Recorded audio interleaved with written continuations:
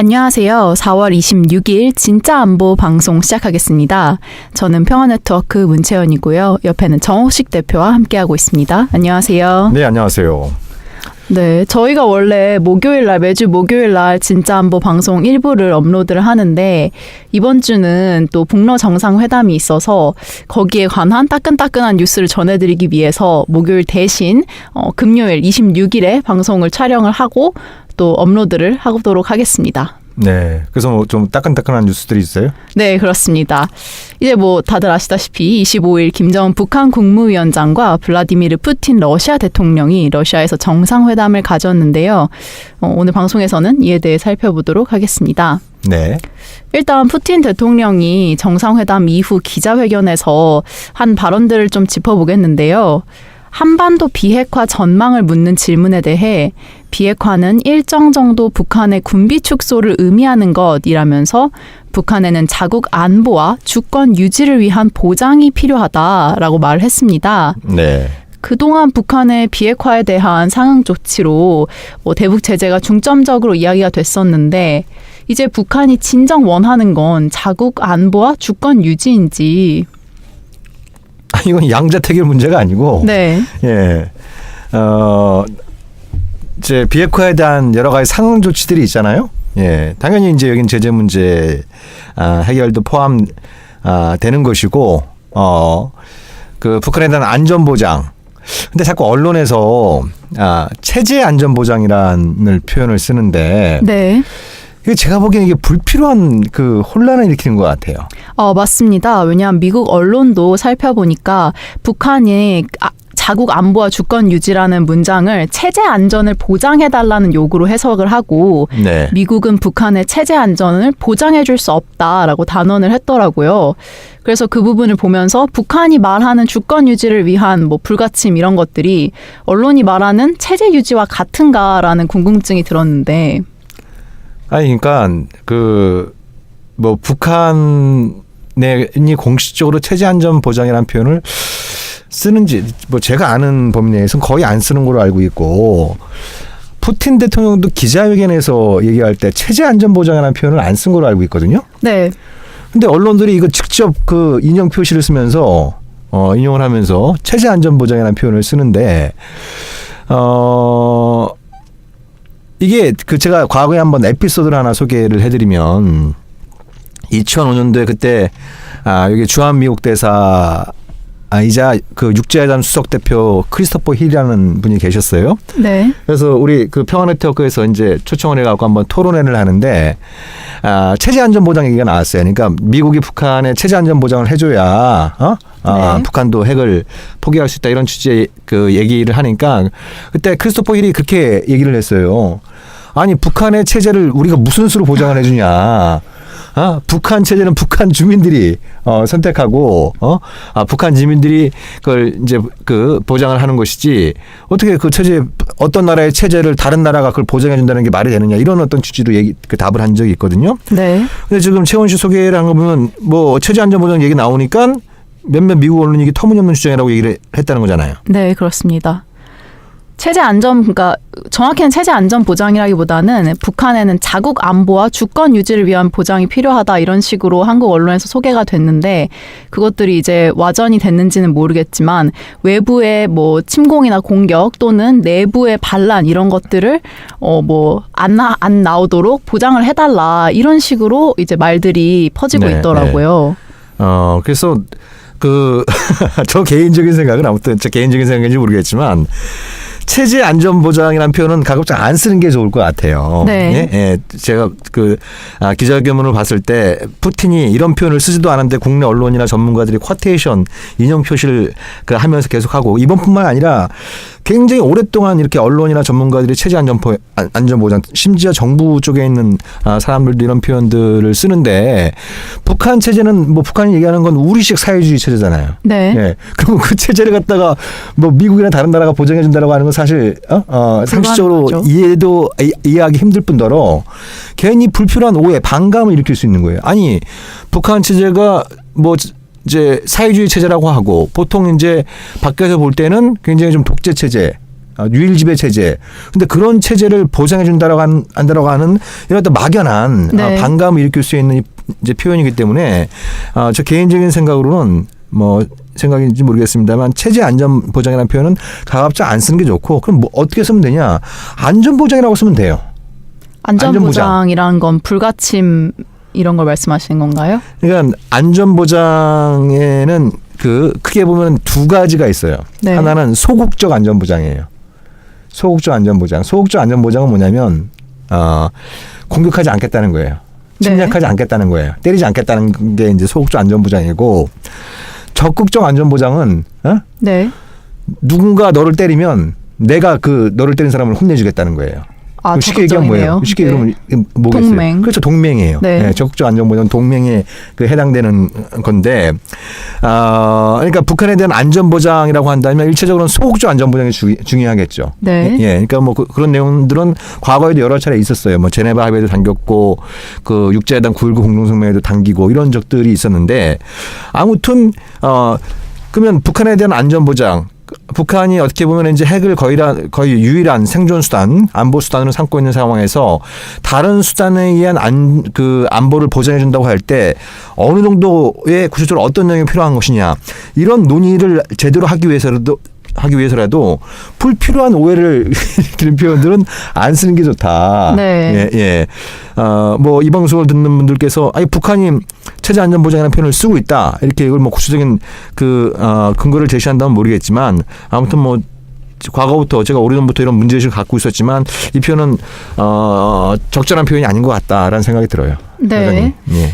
뭐 푸틴 대통령이 안전보장 외에도 다른 부분에 대해서도 이제 언급을 했는데 북한에 대한 국제법적 안전보장이 필요하며 육자회담 틀도 이런 맥락에서 수요가 있을 수 있다라고 이야기를 했거든요. 네. 그럼 안전보장이랑 육자회담 틀을 연결을 한 거면 이제 육자회담이나 다자협상에 대한 부분을 열어놓고 이야기를 해봐야 된다라는 것 같은데 뭐 그러니까 그 이제 푸틴의 얘기 중에 하나는 뭐 남북 관계, 북미 관계 이런 것도 중요하지만 네. 북한이 좀 더 이렇게 안심을 하려면 본인들이 이제 그 안보에 이제 확신을 갖게 하려면 일종의 다자간 안보 체제가 필요하다는 거예요. 네. 동북아에서는. 근데 이제 과거 육자회담을 한 적이 있으니까 그거를 좀 재개해가지고 북한의 핵 포기에 걸맞는 그러니까 쉽게 아까 얘기한 것처럼 다른 수단에 의한 안보를 보장하는 방법 중에 하나로 다자간 안보 체제를 한번 그 논의해보자, 생각해보자 이런 취지를 담고 있는 거예요. 예? 예. 네. 그래서 과거 육자회담 할 때 그래서 동북아 평화안보 체제라는 게 있었어요. 그 러시아가 의장국이었어요. 근데 한 번도 제대로 회의를 해본 적이 없는데, 네. 그러니까 러시아의 이제 관심사는 지금 이제 이 동북아에서 양자 관계 중심으로 가고 있잖아요. 그렇죠. 그러니까 러시아가 좀 소외되는 감이 있는데, 본인이 과거의 의장국이었던 이 동북아에서 평화안보 체제 이런 얘기를 갖다가 육자회담 틀내에서 다시 이제 할 수 있다고 한다면, 그럼 러시아가 이제 이 동북아에서 본인들의 역할을 좀 제고시킬 수 있는 이런 부분도 있고 그리고 북한에 대해서 좀 더 효과적인 지속 가능한 안전보장도 가능하지 않겠느냐라는 게 푸틴의 생각인데 제 개인적인 생각은 충분히 토론할 만한 가치가 있다. 토론할 네. 만한 가치가 있다는 생각이 들어요. 아무래도 러시아나 북한도 이런 육자회담에 대해서 긍정적으로 생각을 하는 것 같고 24일 경상 중국 외교부 대변인은 육자회담에 대해 중국이 제안하고 추진한 것으로 과거 여러 차례 열렸으며 한반도 형세를 완화하는 데 매우 긍정적이고 건설적인 역할을 했다라고 마찬가지로 긍정적으로 평가를 했다라고요. 그래서 보면 북한, 러시아, 중국 모두 다자협력체 구성을 선호하는 듯한데 아무래도 미국은 좀 여기에 대해 부정적이지 않을까요? 그러니까 이제 재미난 게 이거예요. 이제 육자회담이 처음 그 2003년도에 시작됐을 때 그 이제 배경을 가만히 보면은 북한은 핵 문제는 북미 간의 문제다. 네. 그래서 1대1 다이다이로 방송에서 적절한 표현이죠. 예, 1대1로 네. 만나서 얘기를 해야 되는 거다라는 거였고 미국은 웃기지 마라. 북핵 문제는 북한 대 국제사회의 문제다. 네. 예, 예. 그래서 이건 다자간에 풀어야 될 문제다. 접근해야 될 문제. 이렇게 막 이제 옥신각신 싸웠던 거예요. 네. 예. 그러다가 이제 뭐 결국 육자회담 뭐 중국이 이제 제안을 하고 여기에 이제 한국 그다음에 이제 러시아도 들어오겠다 그러니까 일본도 우리도 끼워줘 그래서 이제 육자가 된 거예요. 예? 그러니까 네. 일방주의 화신이었던 부시 때 동북아에서 처음으로 이 육자회담이 열린 게 굉장히 아이러니한 재미났네요. 상황인데 근데 올해 들어서 뭐예요? 김정은이 신년사에서 다자 간 평화회담을 얘기를 했어요. 그죠? 네. 다자를 얘기를 했고. 그죠? 근데 미국은 양자를 고집하는 이런 좀 모습이 좀 강해요. 네. 과거하고는 좀 상황이 좀 많이 바뀌어 있는 이런 어떤 그 부분들인데, 북한의 입장에서는, 김정은의 입장에서는 이 비핵화 협상이라는 게 굉장한 도전이에요. 모험이에요, 모험. 네. 그죠? 네, 모험이에요. 그러면은 여러분들도 이 방송을 듣는 분들께서도 내가 예를 들면 어떤 좀 사업을 해야겠다. 네. 내가 새로운 도전을 해야겠다라고 할 때 그 도전을 할 수 있는 그 좋은 분위기, 최적의 환경은 뭔가 이 도전에 실패했을 때, 네. 도전에 실패했을 때 다시 재기할 수 있는, 그죠? 큰 리스크를 지지 않아도 되는 그런 일종의 좀 이렇게 안전망이 있을 때 도전하기 훨씬 더 수월해질 수 있는 거예요. 그렇죠. 그죠? 김정은도 마찬가지인 거예요. 네. 중국과 러시아에 이렇게 공을 들이는 이유는 이 불분명한 성과를 자신할 수 없는 이 미국과의 협상, 그렇잖아요. 이게 진짜 실패하면 굉장히 그 난감한 상황에 직면할 수 있는데 그거를 갖다가 사전에 실패하더라도 북한의 이게 북한이 이렇게 근본적으로 휘청거리지 않을 정도로 안전망을 구축하기 위해서 중국과 러시아의 관계 강화를 나서고 있는 것이고, 그래서 이제 자기가 판단할 땐 요거를 갖다 북미 양자주의에서 다자주의로 가는 것도 자기한테 이렇게 불리할 게 없다. 네. 이게 이제 과거하고 좀 생각이 달라진 부분이 있고, 미국은 트럼프는 아무튼 n분의 1이 되는 걸 굉장히 싫어하잖아요. 그렇죠. 모든 집중과 중심을 자기에게. 본인이 세계에서 제일 잘난 사람인데 여기에 시진핑도 끼어들고 푸틴도 끼어들고 막 이제 네. 문재인 대통령도 끼어들고 아베까지 끼어들고 그래서 막 육자로 가고 이렇게 되면은 본인이 n분의 1로 이렇게 떨어지는 거에 대해서 좀 못 참아하는 성격이기 때문에 양자회담을 좀 고수하려고 하는 이런 부분들이 있는데, 근데 꼭 그런 것만도 아니에요. 네, 예. 육자나 뭐 다자주의도 어느 정도 받아들일 여지가 있다 이렇게 생각하시는 건가요? 그러니까 그런 부분들 우리가 좀 잘 계획을 잘 짜가지고 네. 미국이나 주변 국가들을 잘 좀 설득을 할 필요가 있는 거죠. 제 생각에는 지금 상황에서 가장 바람직한 모델은 네. 북미 대화, 남북 대화 이런 어떤 양자 대화와 육자회담이 같이 하는 거예요. 예. 네. 이제 이런 양자 대화와 다자 대화를 같이 하는 병행해서 가는 것이 지금 상황에서 가장 바람직한 구도가 아닌가라는 생각을 좀 갖고 있어요. 그래서 우리 정부가 이런 좀 기본적인 그 생각을 가지고 미국을 비롯한 주변 국가들을 좀 설득해가는 네. 이런 외교적인 노력이 좀 필요한 상황인 것 같네요. 근데 25일 한국 외교 당국자는 육자회담 재개론에 대해서 톱다운 방식이 필수적이다. 네. 그런 발언을 보면 한국은 이제 자자주의를 통한 문제 해결에 좀 소극적인 모습을 보이는 것 같거든요. 그러니까 이 외교부 당국자가 정확히 어떤 취지를 얘기했는지는 모르겠지만 네. 이건 양자택일의 문제가 아니에요. 톱다운 방식과 네. 육자회담을 뭐 둘 중에 뭐 하나를 선택하는 것이 아니고, 제가 강조하는 건 같이 갈 수 있게 하는 거예요. 아니, 톱다운 방식이 잘 되면 네. 이런 얘기를 뭐하러 하겠어요. 그죠? 그렇죠. 예. 네. 근데 우리가 그 하노이에서 확인이 된 거잖아요. 그리고 앞으로 회담이 열릴지 안 열릴지도 좀 불분명한 상황이고, 네. 열리더라도 여전히 이제 북미 간의 입장 차이가 만만치 않게 존재하기 때문에 육자회담이 필요한 이유는 그걸 좀 서포트하는 기능을 할 수 있는 거예요. 네. 예? 예. 육자회담을 통해서 이 탑다운 방식의 북미 협상에 좀 이렇게 서포트하는 역할도 하고, 때로는 중재하고 조율하는 역할도 하고, 때로는 책임과 역할을 좀 분담하는 역할도 하고. 예를 들면 영변 핵실을 폐기한다고 할 때 거기에 들어가는 돈이 한 1조 원 안팎이 들어갈 거예요. 그렇죠. 그죠? 예. 그럼 트럼프는 돈 안 내겠다는 거잖아요, 자기가. 네. 예? 돈 제일 많은 사람이 안 나겠다는 거잖아요, 지금. 예. 그러면 그걸 뿜빠이 할 수 있는 거예요. 십시일반. 이제 좀 이렇게 네. 나눠서 네. 이렇게 낼 수 있고, 그러니까 그런 걸 논의할 수 있는 들이 육자회담으로서 기능할 수 있는 부분들이 있기 때문에 이런 톱다운 방식의 협상과 육자회담이 양자택일의 문제가 아니라 네. 이걸 어떻게 잘 병행해서 할 것이냐 이런 관점으로 바라보는 게 중요하다는 것이죠. 근데 병행해서 하게 되면은 보통 다자주의가 이제 결성되면 협상 과정이나 결론 도출이 좀 힘들 것이다, 시간이 되게 오래 걸릴 것이다라는 이야기가 있는데 네. 말씀하신 것처럼 병행하게 되면은 그 부분에 대한 우려도 좀 덜 수 있는 거겠네요. 그렇죠. 그러니까 과거에 2006년 육자회담이 제일 잘 됐을 때가 2007년도였어요. 네. 예. 근데 그게 잘 될 수 있었던 배경은 북미 대화와 육자회담이 같이 갔던 거예요. 그래서 북미 대화를 통해서 큰 틀의 합의를 이루고 육자회담에서 그걸 추인하고, 예? 네. 이런 어떤 구도로 갔던 경험들이 있거든요. 지금도 마찬가지예요. 예, 지금도 마찬가지란 말이에요. 예를 들면 북미 대화가 잘 돼가지고 오케이 뭐 영변 핵설 폐기하고 제재 완화 이거 하고 이제 이걸 하기로 했다. 방금 전에 얘기했잖아요. 영변 핵설 폐기하는데 1조 원 안팎이 들어가요. 네. 예? 그러면 그걸 어떻게 할 거냐. 그걸 논의할 틀이 필요하다는 거예요. 네. 논의할 틀이 필요하고 과거의 어떤 경험이라든지 그리고 지금의 어떤 이해관계 또 우리가 또 미래지향적인 관점에서 볼 때 육자회담이 그런 걸 논의할 수 있는 좋은 틀이 될 수 있다. 이렇게 좀 긍정적인 관점에서 이걸 바라보는 필요도 있을 것 같아요. 네. 최근 첫 북미 정상회담 개최 때에 비해서 남북 간 대화와 긴밀한 협력이 보기 힘들어졌는데 이에 반해 북한은 북러 간 정상회담을 통해 현재 비핵화 협상 방향 및 방법에 대한 입장을 러시아와 교환한 것처럼 보여요. 네. 그래서 앞으로 중재 외교의 축이 한국에서 러시아로 이동하게 되는 건지 여쭙고 싶습니다. 네, 안타깝게도 문재인 정부가 아무튼 저는 또 자꾸 반복하지만 중재라고 하는 표현도 이제 안 쓰지 말자. 예. 쓰지 말자. 불필요한 오해를 불러일으키는 거예요. 네. 중재라는 표현을 자꾸 쓰니까 북한은 같은 민족인데 민족의 이익을 중시해야지 뭐 어떻게 중재라는 표현을 쓸 수 있냐.